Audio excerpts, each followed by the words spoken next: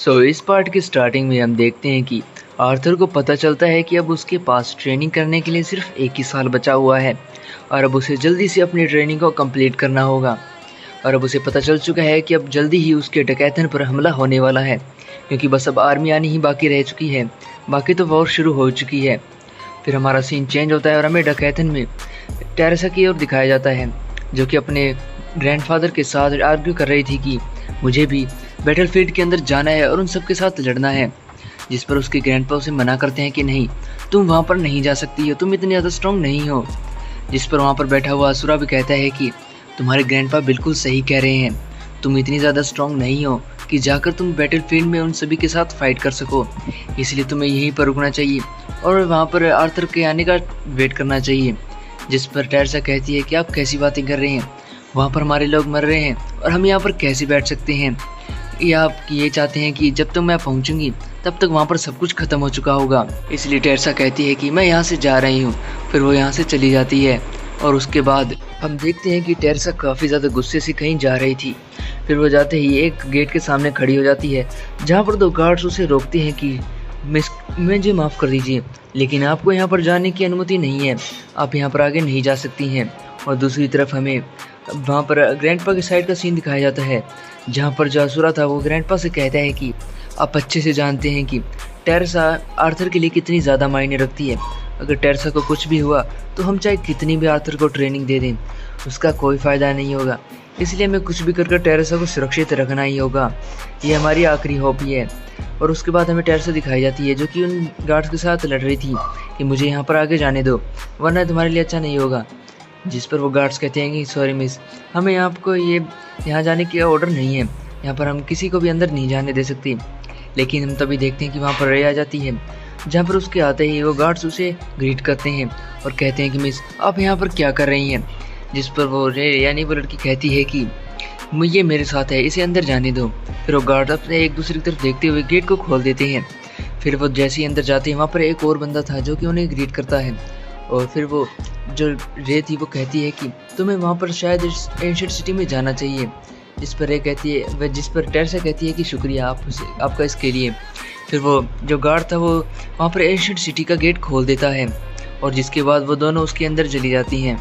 फिर हमें ancient city का सीन दिखाया जाता है, जहाँ पर वो दोनों एक केप को पहनते हुए घूम रही थी। और वहाँ पर जो रे थी वो टेरेसा से कहती है कि तुम अपनी तलवार को तैयार रखना, अब यहाँ पर कुछ भी हो सकता है और यहाँ पर हमें कुछ भी नहीं पता कि यहाँ पर आगे क्या क्या होने वाला है। जिस पर टेरेसा पूछती है कि आखिरकार तुम कैसी बातें कर रही हो, ये तो काफ़ी ज़्यादा सुरक्षित एक देश है, यहाँ पर क्या हो सकता है, ये सिटी तो सबसे ज़्यादा सुरक्षित है।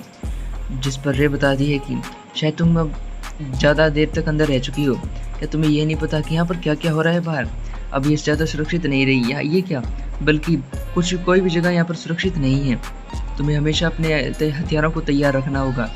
जिस पर टेरेसा वहाँ पर घूमते हुए पूछती है कि वैसे वो दोनों ब्रदर एंड सिस्टर कैसे कर रही हैं। जिस पर वो रे बताती है कि हाँ वो ठीक ही कर रहे हैं, लेकिन जो कार्टर है जो वो अपनी पावर्स को समझ ही नहीं पा रहा है, वो काफ़ी ज़्यादा स्लो है। उसके पास बीस्ट टेमर की पावर्स है, लेकिन वो उन्हें यूज़ ही नहीं कर पा रहा है कि उसे कैसे करना है। वो उसके पास माना कंप्रेशन की पावर भी बहुत कम है। और दूसरी तरफ जो प्रिंसेस है वो काफ़ी अच्छा कर रही हैं। और उसके बाद जो टेरेसा थी वो उससे पूछती है कि वैसे तुम मुझे एक बात बताओ कि आखिरकार वो जो आर्मी है वो हम तक कहाँ से पहुँचेगी, क्योंकि मेरी जो ग्रैंडमा है उन्होंने बताया था कि वो सभी हमारे यहाँ पर वेस्ट की साइड में बसे हुए हैं, जहाँ पर आने से उन्हें ज़्यादा टाइम नहीं लगेगा। जिस पर टेरेसा जो रे थी वो उसे बताती है कि तुम्हारी ग्रैंडमा ने ये भी बताया होगा कि उनके पास कोई ज़्यादा साधन नहीं है कि वो अपनी इतनी बड़ी सेना को समुद्र को पार करा सकें। उन्हें समुद्र को पार करने के लिए काफ़ी ज़्यादा मेहनत करने की ज़रूरत है और उनके पास कोई भी ऐसी चीज़ नहीं है। और वहाँ पर कुछ लोग तो टेलीपोर्ट का यूज़ कर रहे हैं और यहाँ पर आने के बाद वहाँ पर छुप कर रह रहे हैं और यहाँ की जानकारी को वहाँ पर पहुँचाने की भी कोशिश कर रहे हैं। फिर वैसी बातें करते हुए जा ही रही थी, तभी अचानक से कोई आकर उनसे टकरा जाता है और वहाँ पर हर तरफ पेपर्स उड़ा देता है। और जैसे ही वो ये देखते हैं वो अपना अटैक करने के लिए तैयार हो जाते हैं, जैसे कि उनका ऊपर किसी ने हमला कर दिया है। लेकिन जैसे ही टेरेसा उस पर अटैक करने वाली थी वो देखती है कि उसके चेहरे पर, जहाँ पर उसे देखती है और कहती है कि ये तो एमिली है।